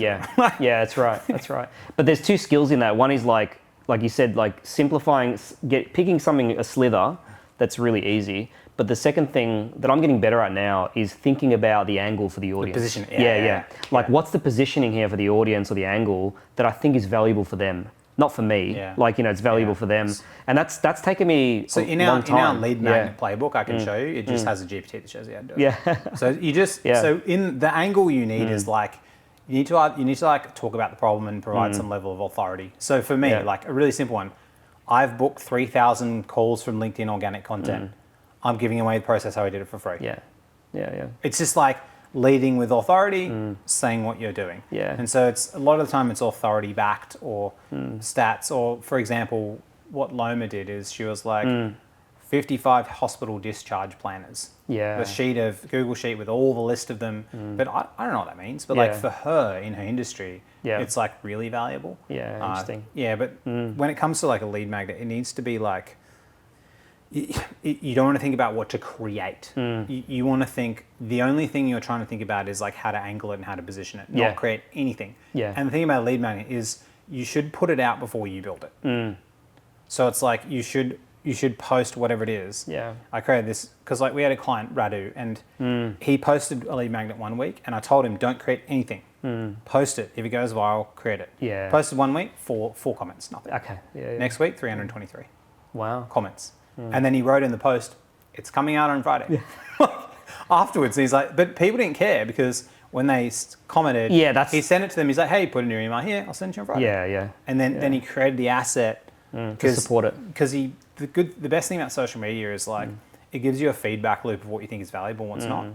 And what the market thinks is valuable like now versus what they think is valuable when they do work with you is different. Yeah. So a lot of the time you need to sell people the candy bar before you give them the broccoli. Yeah. And so with social media, it's all about the broccoli. Like, sorry, the candy bar. Yeah. It's just like, you're just like giving out candy bars like left, right and center because everyone will taste it. And then when they do come into your world and you do chat to them and like say, we're chatting now. Yeah. And we're talking about like habits. Yeah. And like mindset. If I posted about that, no one would engage on it.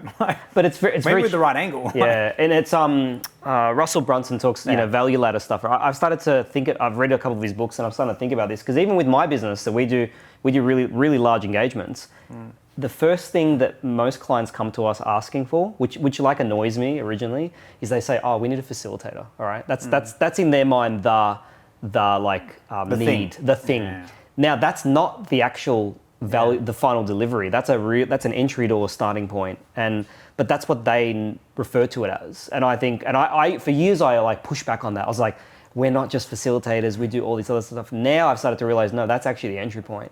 And so start going there. So you just promote super hard on facilitating, but then when you do deliver it for them for a month, you're like, guys, this is only the first step. We've got this amazing outcome. Yeah. Let's do the 2-year thing. And they're like, oh, 100%. Yeah. And then that's when you can, so you got to like I talk about like leads. Yeah. It's never the problem. Yeah. Like honestly, the problem is mindset. Like that's kind of what we teach. It's really weird. Mindset, positioning, how to write to persuade. Yeah. But it's not like sexy. It's kind of like not, even though it's like the thing. And so you got to kind of like, especially with social media, like you can only really position around one thing. Yeah. So one thing that I've noticed is as a business owner, I get stuck in my playbook, my way of doing things. And what I've noticed being in the program is it really forces me to think differently about how would I approach my business. And so the question that I have on my mind is, if you look at my business now as a consulting services business, and you're in charge, you're the CEO, I'm like, Matt, I've given you the keys, you can break stuff. Yeah. I would say, what would you take out of your toolkit or your playbook where you're like, Nick, we just park that and try something different, even if it's an experiment? Be curious what comes to mind for you. Okay, so I'm going to talk about something left field that you wouldn't expect. Go. I would buy everyone in the business the ChatGPT corporate account. Like the best possible one. Yeah. And get a group company one, because what it does is every time someone talks, it distills into a company-wide brain. Yeah. And then I would get training with someone in AI, and I would try and build the habit with everyone in the business to, whenever they have a problem, they don't ask someone else. All they do is they speak to ChatGPT. Okay. And so they have, with ChatGPT on your phone and on the computer, there's a microphone extension. Yeah. So on your computer, if you've got a Mac or a PC, there's a native microphone built in your computer. So mine, if I've got a Mac, if I go Command Q or Command 2, I can set that up so I can speak. You want to start, your first reaction and habit for every problem that exists is consult the expert ChatGPT. Yeah, interesting. The very, very first thing. And what it does is amazing. Is it reduces the friction. And Steve, my co-founder, talked about it the other night when he did a hot seat in front of everyone. It's like, the way you want to use it is like, any issue you have, take a screenshot, paste it in ChatGPT, and describe it in plain language. So this morning I was using Figma to do a design thing, and I'm not that good with Figma. I didn't know how to do it. Pasted the screenshot. Hey, ChatGPT, I want to do this thing in Figma. I need to make it look nicer. It doesn't look that good, the design. I need to create some depth maybe, but I don't really understand anything about design. Tell me how I make it look better, and can you tell me the steps of how I could do it? Yeah. And then it comes back. Okay, you need to create some shadowing and this, and this size is off. Okay, cool. And then I send another screenshot of the corner. Okay, which buttons do I click to do it? And it's like, do this, this, this. But it's not the first answer it gives you. It's the 10 answers deep. Yeah. It's like deep. And so every single problem, I got this off Steve, I consult ChatGPT and I speak to it back and forth. And what happens with the AI over time is that it actually understands, it knows your personality profiles, your IQ, it knows your habits, your tendencies, and then you can ask the AI, like I asked it, I was like, hey, how should I structure my day based on everything you know about me?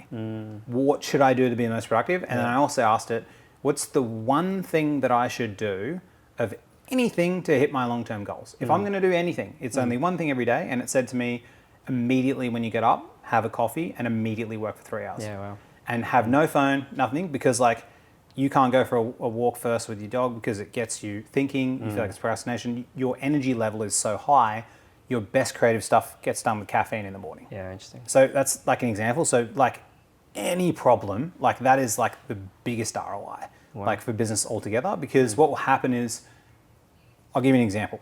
So Steve's been working with me. He doesn't even post content on LinkedIn. Yeah. We've been working about how do we create better content and viral content. Steve went away, exported 54,000 viral LinkedIn posts from LinkedIn. And he used the Research GPT tool, it's like $200 a month, to build an analysis and a 40-page report on how to write viral LinkedIn content so he did that. And this morning I spent 2 hours posting my written content and I posted the whole book, I put it in, and then I pasted my written content into it, and I said, how do I make this go more viral? How do I make this go more viral? How do I make this go more viral? And then I wrote like 7 posts this morning, kind of half ChatGPT, half not.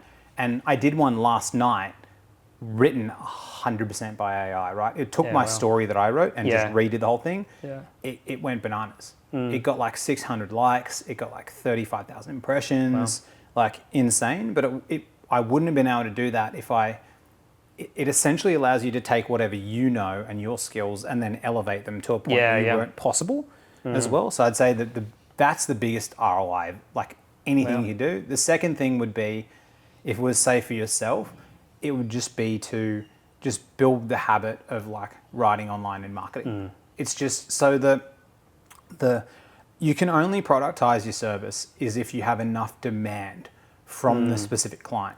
You can't actually do anything without that. Yeah. And then when you have so much demand coming in, it allows you to knock away a certain percentage, but then productize the rest. Yeah. And so I think you want to think less around productizing and more around oversupply of demand, because then you will just productize. Yeah. You won't even as a consequence of that. As a consequence of the demand. And then what you'll do is you'll get so full, you might have a certain amount of workshops, and you get so full, and then you'll be like, well, usually I charge 20 grand, but now I got to charge 30 grand. Yeah. Like, and then you'll just put your price up. And then later on, more people want it and be like, oh, well, I can't do it, but I can bring this other person who can. Yeah.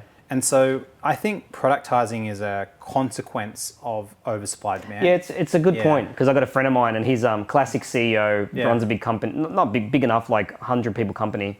And every time I talk to him about like, I got to improve like the back end of the business, whatever, he's just like, just sell more shit. Yeah, like, literally. He's like, just sell more shit. You'll figure that out later. Like once you sell more, and it's the same analogy. It's like have more demand coming in. It's kind of like I guess probably like one of the best habits that I've instilled just in myself is like just making just the marketing a non-negotiable. Yeah. It's like, that's kind of like, and the other thing I didn't bring up, which I should have, is the other thing that needs to happen. If I talk about things that I couldn't have built my business to this far, it would have been impossible if I didn't do these things.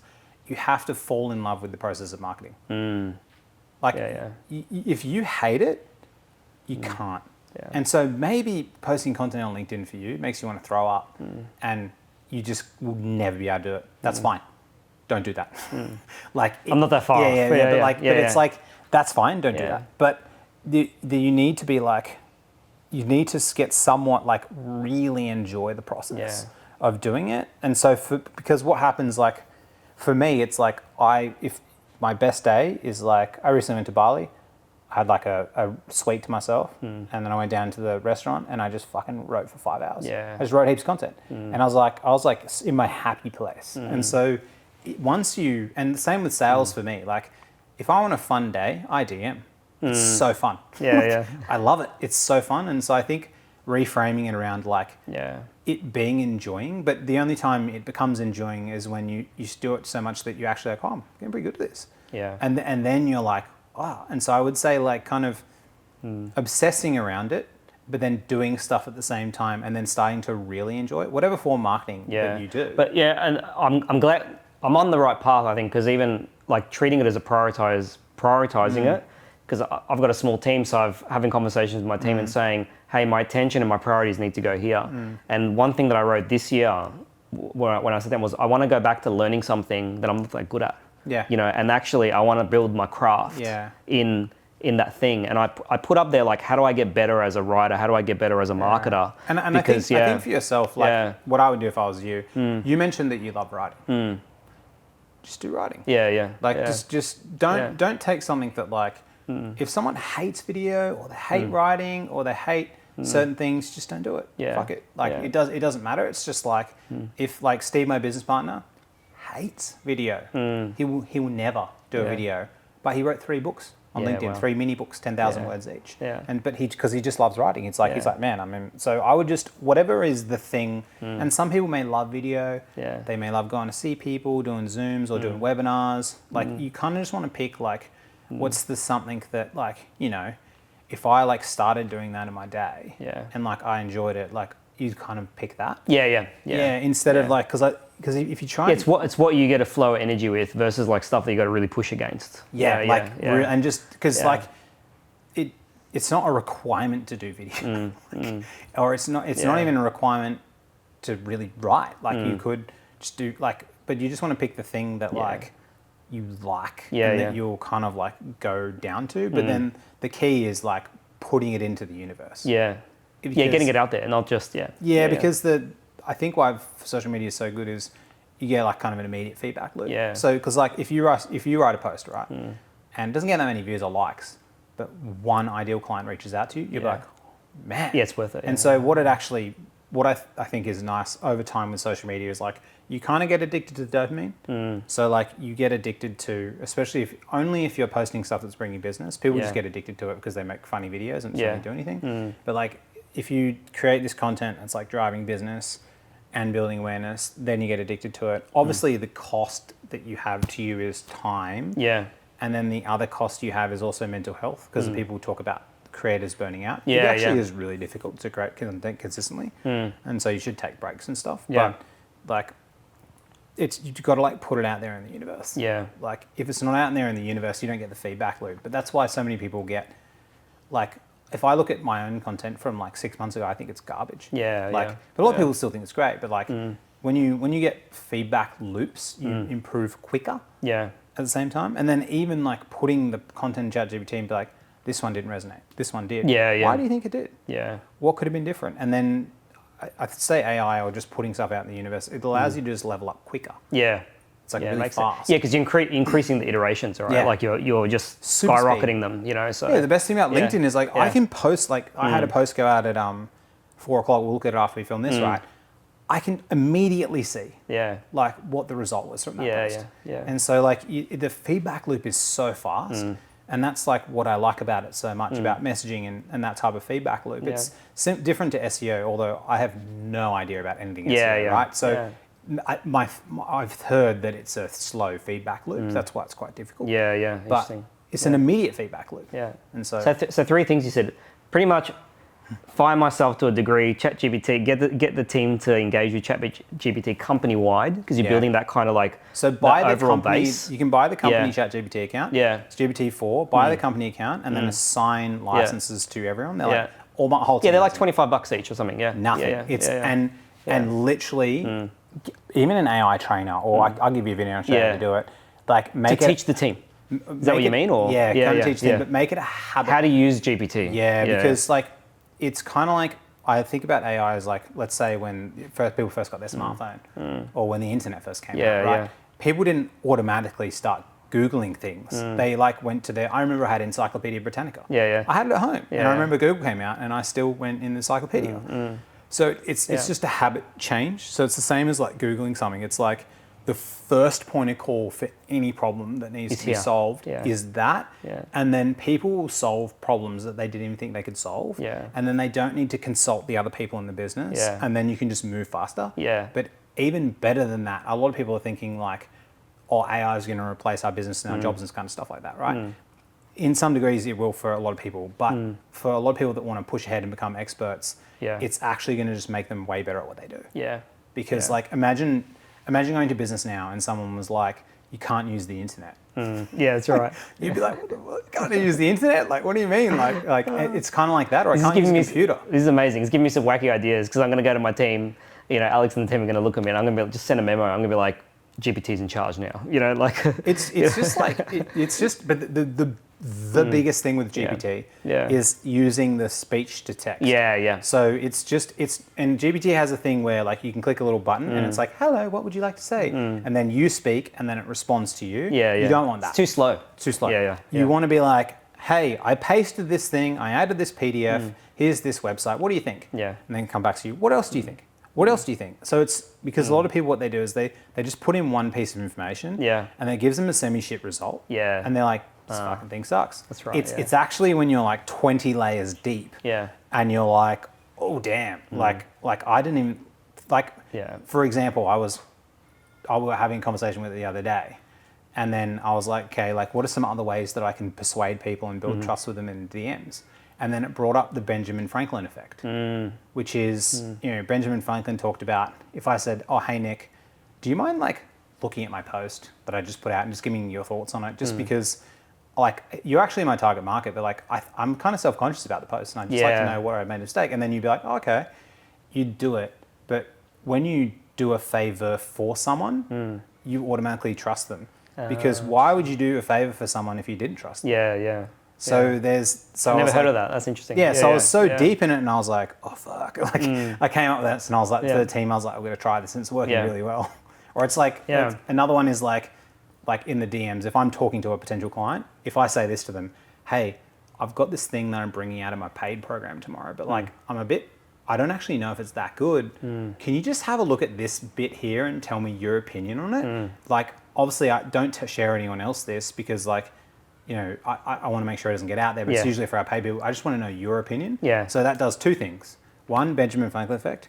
Two, it makes them feel like an insider. Yeah. So if you feel like an insider, and so like, but I only got to that point through like 20 layers. But I wrote a post on this. Like, I think, the better your input with GPT over time, the more powerful it's going to be in giving you stuff. If you give it a shit input, you'll get an okay result. But as you start to layer that, you'll get a lot more out of it. The thing that matters the most is like using it conversation style. Yeah. Like that's and then when you get in the habit of like, then just using it all the time, just constantly. It's like Googling stuff or using it. Yeah, and then that just like everything just goes so fast. So you're saying a couple of things. I want to play it back. So you're saying one is empower your team, in my words, to use GPT more to help them unblock or solve problems that they might come to you, for example, me. That's one thing. The second one was like choose marketing or content, persuasive writing or that, and marketing as something that is core to what you're doing. If you hate it, fine, but if you can enjoy it, like spend the time to fall in love and obsess and obsess over it. Yeah. So there's that one. Obsess and fall in love. I can't remember, I'm trying to think of the third one, but so there was GPT, there was the I think it was just demand, like just demand side, demand. Like thinking more about generating more demand because you'll solve the issues on the other side versus like my example was like I'm trying to improve my offers or productize. Yeah. Actually, no, I should be thinking about creating more demand because that's going to lead to productization. Yeah, the way I think about it is like, is this like let's say if I take for our business, like, we've got a lot of demand coming in, a lot of revenue. So I just hired more people, but I paid them. Like I've got a team in the Philippines and I paid them like 3 months. Yeah. And I paid them a bit more than what the market rate is. Yeah. But because I did, they're super happy. Yeah. And and they're just like, and then I can like rely on them a bit more. Obviously I have to like talk and train and stuff like that. Yeah. But then also like when I get on the calls every day, I'm in a good mood.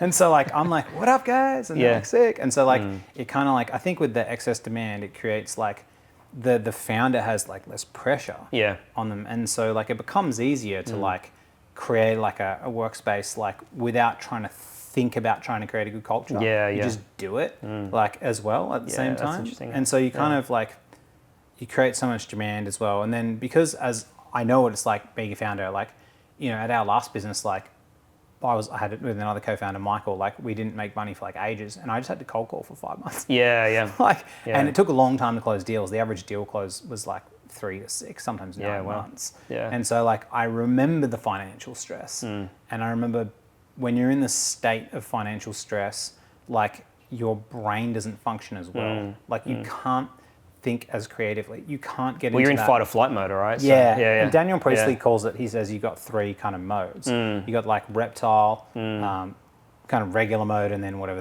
the dreamer is. Whatever it's called. I can't remember what he says, but like it's like you want to be able to activate that state more, because then when you get in that flow state, like for me, the flow state is when I first wake up in the morning, I just have my coffee and I'm like, I'm in the flow state. Like, and then the phone's on Do Not Disturb and I'm just like in that flow state. And I wrote some really good content this morning, which I'm super happy about. And I progressed my skill of writing in the flow state. So it's kind of like being able to create so much demand through like having like some type of lead generation as an obsession.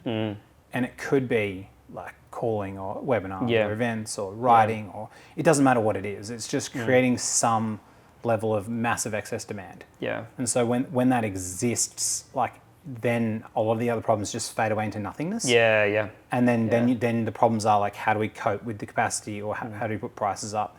But then the problem becomes more like frustration from not moving as fast. Yeah. Instead of, when's the next thing? Yeah, it's the next bottleneck. Yeah. You know, it's the next constraint that you hit, you know. Yeah, so, like I'm in that position right now. I'm just like, man, I want to move so much faster. And it's like, but we just can't. Like you just can't train people at a certain speed as well. But I think those kind of 3 things, I would say, any services-based business, if they did that, they'd get in a position where they'd feel like, I feel like in control. Yeah. Like instead of like being dictated by the market. Yeah. Like about what's happening, which just kind of sucks. Like the thing around that for me is like setting it as a priority, and then committing to it, like really committing to it.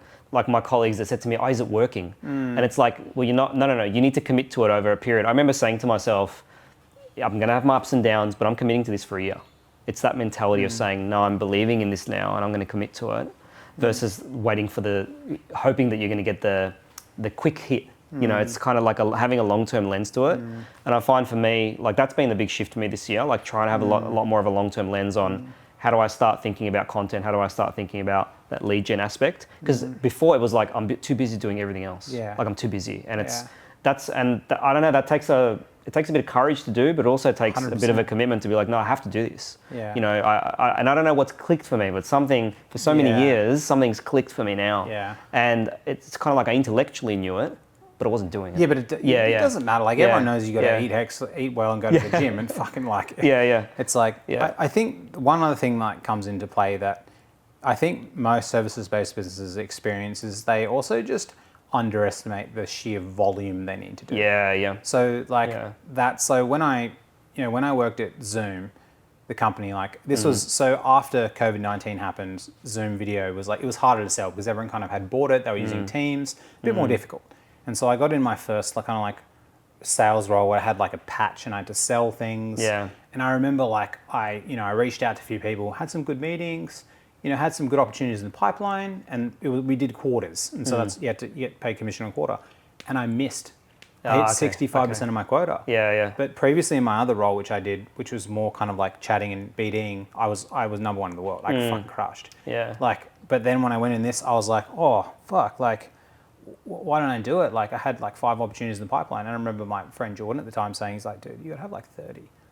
And I was like, oh fucking hell. Like, and then so I was like, all right, then next quarter, I sent like 80,000 emails over the next year, and I booked like 750 meetings, and I sold a crazy amount because I was like, oh, this is just the next level of like the next level. So I think a lot of like, just got to do more.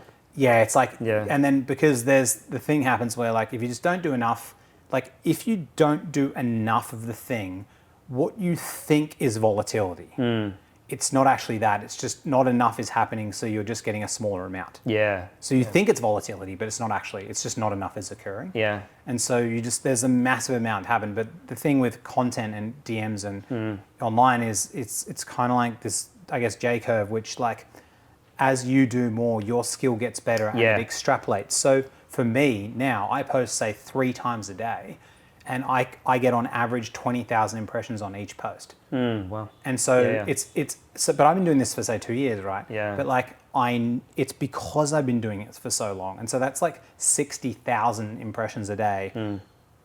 Like I don't even know how many leads come in, but like I only got to that point because I like ate shit for 6 months. And I sucked. But the difference between if someone is a service-based business owner and they are an expert, they're going to be way better off than what I was, because I was kind of an idiot. I didn't know shit about anything. Like I was good at sales, but I'd never run a business. But like when someone has like a niche expert opinion at something, that's actually fast forwarded. Yeah, interesting. Like you don't actually have to have as much of the eating shit time. But then once you start really writing good shit, like then you really skyrocket, because you've got the intellectual IP.